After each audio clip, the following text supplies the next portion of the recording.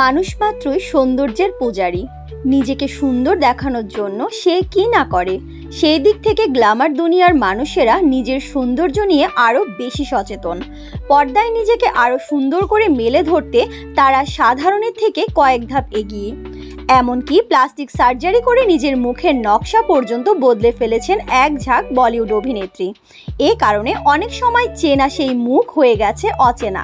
Plastic surgery করে কেউ হয়ে উঠেছেন আরও সুন্দর, আবার কারো হয়েছে হিতে বিপরীত। মানুষের সামনে আসতেও এখন সংকোচ হয় তাদের। বলিউডের সেসব প্লাস্টিক রূপসীকে দেখে নেওয়া যাক এক নজরে। ক্যাটরিনা কাইফ। বলিউডে আসার পরই ক্যাটরিনা তার অপার সৌন্দর্যে সবাইকে আবিষ্ট করে ফেলেছিলেন, কিন্তু তিনি নিজেকে আরও সুন্দর করে তোলার খেলায় মেতে ওঠেন। শোনা যায় ক্যাটরিনাও একই পথের পথিক হন। তার এই প্লাস্টিক সার্জারির খবর নিয়ে বলিউড একসময় মুখর ছিল। কানাঘুষা শোনা যায় ক্যাটরিনা ঠোঁট ও নাকে কাজ করিয়েছেন, তবে কখনোই সেটা স্বীকার করেননি তিনি। ঐশ্বরিয়া রায় বচ্চন। পুরো বিশ্ব মুগ্ধ ঐশ্বরিয়ার রূপে। কত কত রূপসী পিছে ফেলে তার মাথায় উঠেছিল বিশ্ব সুন্দরীর মুকুট।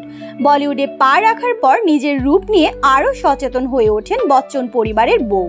পর্দায় নিজেকে আরও আকর্ষণীয় করে তুলতে বিউটি সার্জারি করান তিনি।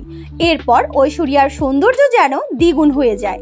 করণ জোহরের এক চ্যাট শোতে বলিউড তারকা ইমরান হাশমি ঐশ্বরিয়াকে প্লাস্টিক বলে সম্বোধন করে রীতিমতো ঝড় তুলেছিলেন। তবে এই প্লাস্টিক সার্জারির বিষয়টি এখন পর্যন্ত স্বীকার করেননি তিনি। কঙ্গনা রনৌত। তালিকায় কঙ্গনার নামও আছে। তার নজর কাড়া সৌন্দর্যের পেছনে আছে সার্জারির অবদান। কঙ্গনা প্রথমে লিপ সার্জারি করিয়েছিলেন, এরপর এই বলিউড অভিনেত্রী ব্রেস্ট ইমপ্ল্যান্ট করিয়েছেন।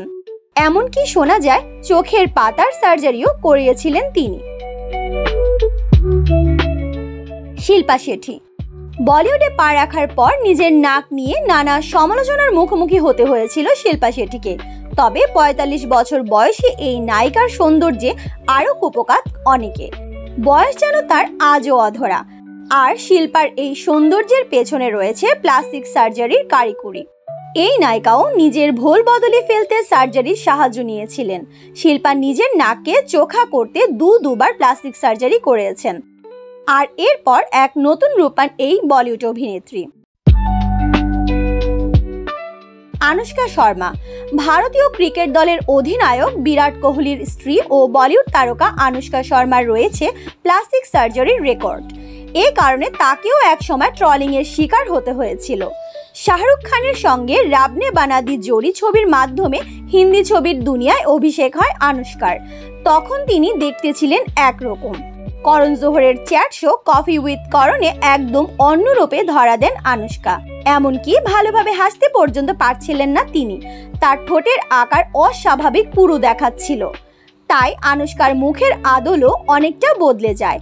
এরপর থেকে ট্রলিংয়ের শিকার হন তিনি। আনুশকার ঠোঁটের আকারের কারণে অনেকে তাকে ডোনাল্ড ডাক বলে ডাকতে শুরু করে। আর তার সমুচিত জবাব দিয়েছিলেন আনুশকা।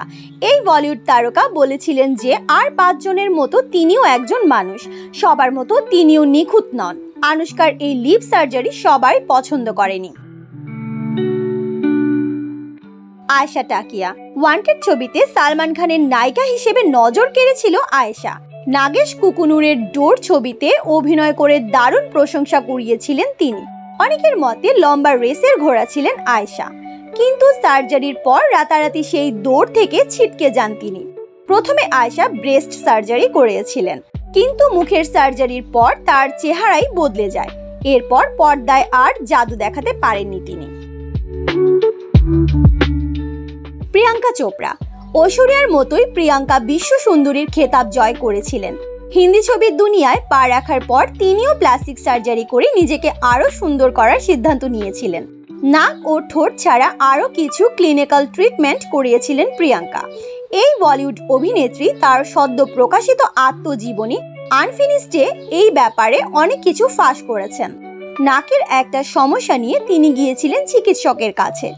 ডাক্তারের ভুলে তার নাকের ব্রিজ নষ্ট হয়ে যায়। ব্যান্ডেজ খোলার পর প্রিয়াঙ্কা নিজেকে আয়নায় দেখে চিনতে পারেননি। কিছুক্ষণ বাকরুদ্ধ ছিলেন তিনি। কারণ তার মুখের আদল অনেকটাই বদলে গিয়েছিল। আর সেটা ঠিক করাতে প্রিয়াঙ্কাকে একাধিক সার্জারি করাতে হয়েছিল।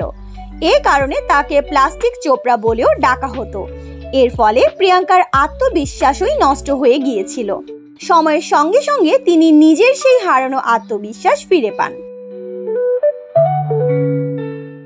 সৌন্দর্য বিশ্ব সংসারে প্রত্যেকটি মানুষের সাথেই কোনো না কোনোভাবে জড়িত, বাহ্যিকভাবে অথবা অন্তর্নিহিত রূপে।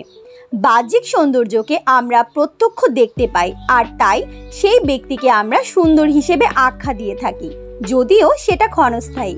তবে ভেতরকার সৌন্দর্য চিরন্তন, চিরস্থায়ী, যা দেখা যায় না, শুধু অনুভব করা যায়। মানুষের সৌন্দর্যের এই বোধ সুন্দরের চিরন্তন রূপটিকে খুঁজে নেয় অখণ্ড নিখিল বিশ্বের পরিপ্রেক্ষিতে। তাই আমাদের প্রত্যেকটি মানুষের উচিত বাহ্যিক সৌন্দর্যকে বাদ দিয়ে ভেতরের সৌন্দর্যকে প্রাধান্য দেওয়া। তবেই আমরা প্রকৃত সুন্দর হয়ে গড়ে উঠব। আমাদের ভিডিওটি যদি ভালো লেগে থাকে তাহলে একটি লাইক করে দিন প্লিজ, আর অসংখ্য শেয়ারের অনুরোধ জানাচ্ছি। এমন আরও নতুন নতুন ভিডিও দেখতে চাইলে আমাদের চ্যানেলটিকে সাবস্ক্রাইব করে আমাদের পাশেই থাকুন। ধন্যবাদ।